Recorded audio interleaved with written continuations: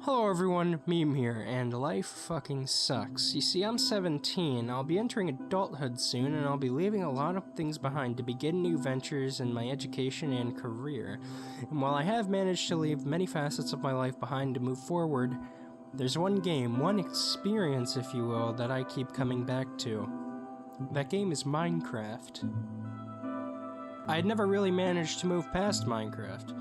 You see, I got the game at a now defunct Toys R Us all the way back in around 2013.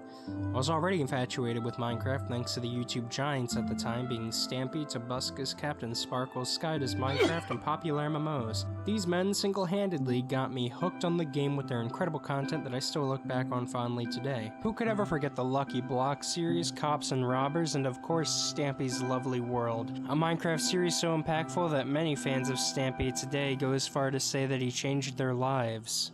Ever since buying the game, I've been infatuated with it, and I look back on it and all of my awful 9-year-old builds fondly, with a bittersweet nostalgia. But why? Why do I get so nostalgic about Minecraft even today? There are plenty of other games where I made plenty of other fond memories that I don't look back on with the same rose-tinted glasses. Grand Theft Auto 5, Black Ops 2 and 3, Happy Wars, New Super Mario Bros. DS. Why is it that I look back on Minecraft with such fondness? Why is Minecraft so nostalgic? Before we can understand why Minecraft is looked back on with bittersweet fondness, we must understand why the game has its appeal. Developed by Marcus Notch Persson in May 2009, Minecraft was fully released on November 18, 2011, and is an open-world sandbox game that allows the players to do practically anything they want and build anything they want, being limited to only their imagination, and also physics. The appeal of Minecraft is its open-endedness. It is a game that allows for virtually anything to happen with randomly generated infinite worlds, meaning that while the core mechanics are still there, each player will have a slightly different experience from another player. There is no goal, with only a few primary motivators throughout the game that give the player a goal to ultimately work towards. You can build anything and go anywhere, and this kind of open-endedness is exactly the type of things that people love about games like Mario and Zelda. It can pull in people from all sorts of backgrounds, regardless of experience. And while it may be hard to get your footing, that is inevitable with all games.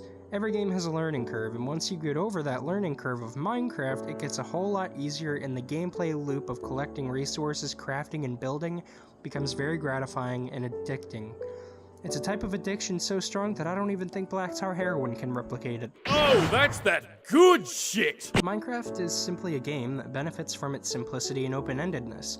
It doesn't necessarily have a primary objective like most games do. It has a motivator that some players don't even know exists. It has no story, no cutscenes, no characters, no world building. It simply births you into a world, and it quite literally is your canvas. You see, you could kill the Ender Dragon, or you could also build the Burj Khalifa. It's a free country, who's gonna stop me, God? But a very big part of this very big question is understanding why humans get nostalgic in the first place. Humans, to put it blunt, get nostalgia because they choose to. We choose to conjure up happier thoughts when humans are faced with negative feelings like depression or stress. This is also why nostalgia is bittersweet, because we ultimately realize that those days are in the past.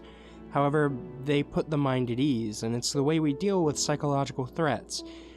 It's a way to escape the stress of life, much in the same way humans will listen to music that they're fond of or spend time with people they cherish.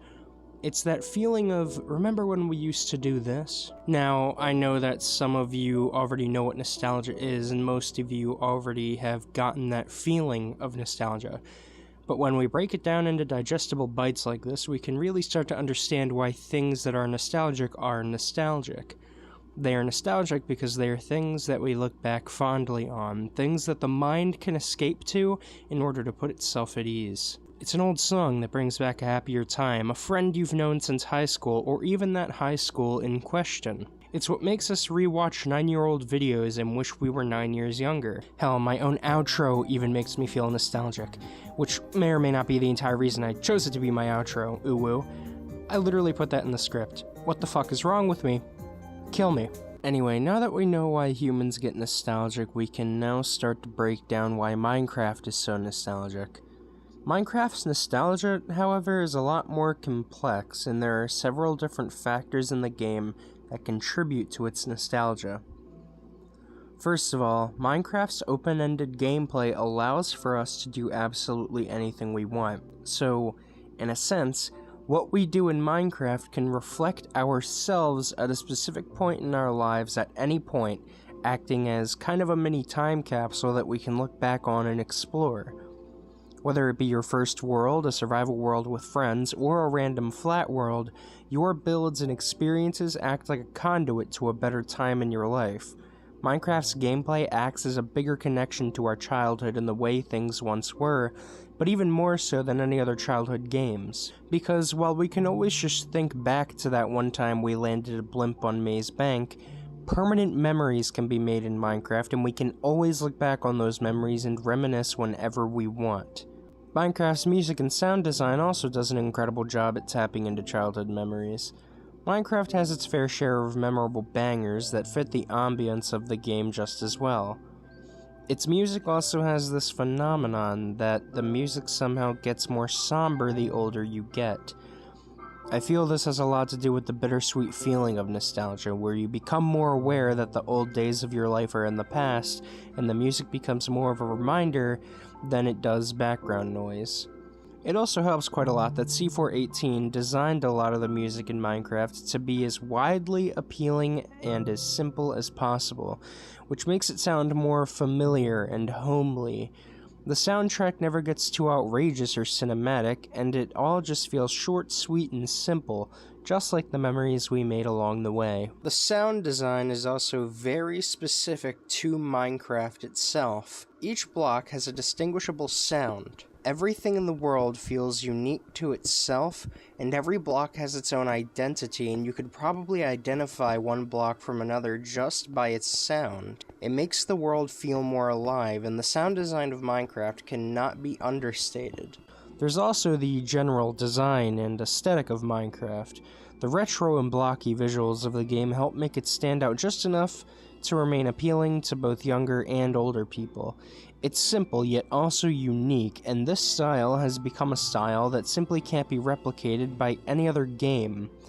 The idea of everything being a block is outlandish, but also somehow right at home. Those simple blocky textures are easy to remember, and if you were to see them years later, you'd immediately identify them as Minecraft. There's a reason why there's a classic texture pack, you know. And now, last but certainly not least, the community. It is undoubtable that Minecraft has become as popular as it has because of the incredible and devoted community that was built around it. A community so strong that the people in said community attend conventions revolved around the game. A community so powerful that the Minecraft YouTuber sphere may have single-handedly sent the game into stardom in a similar fashion to Five Nights at Freddy's and Undertale.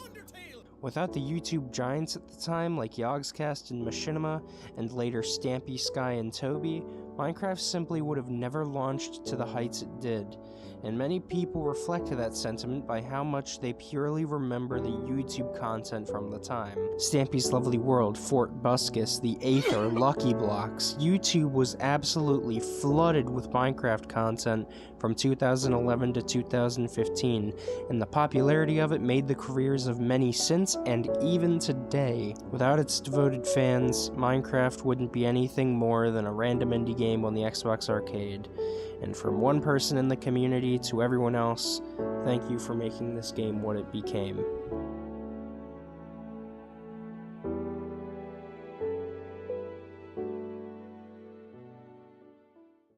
Holy shit, there's another motherfucker who did the exact same video as me.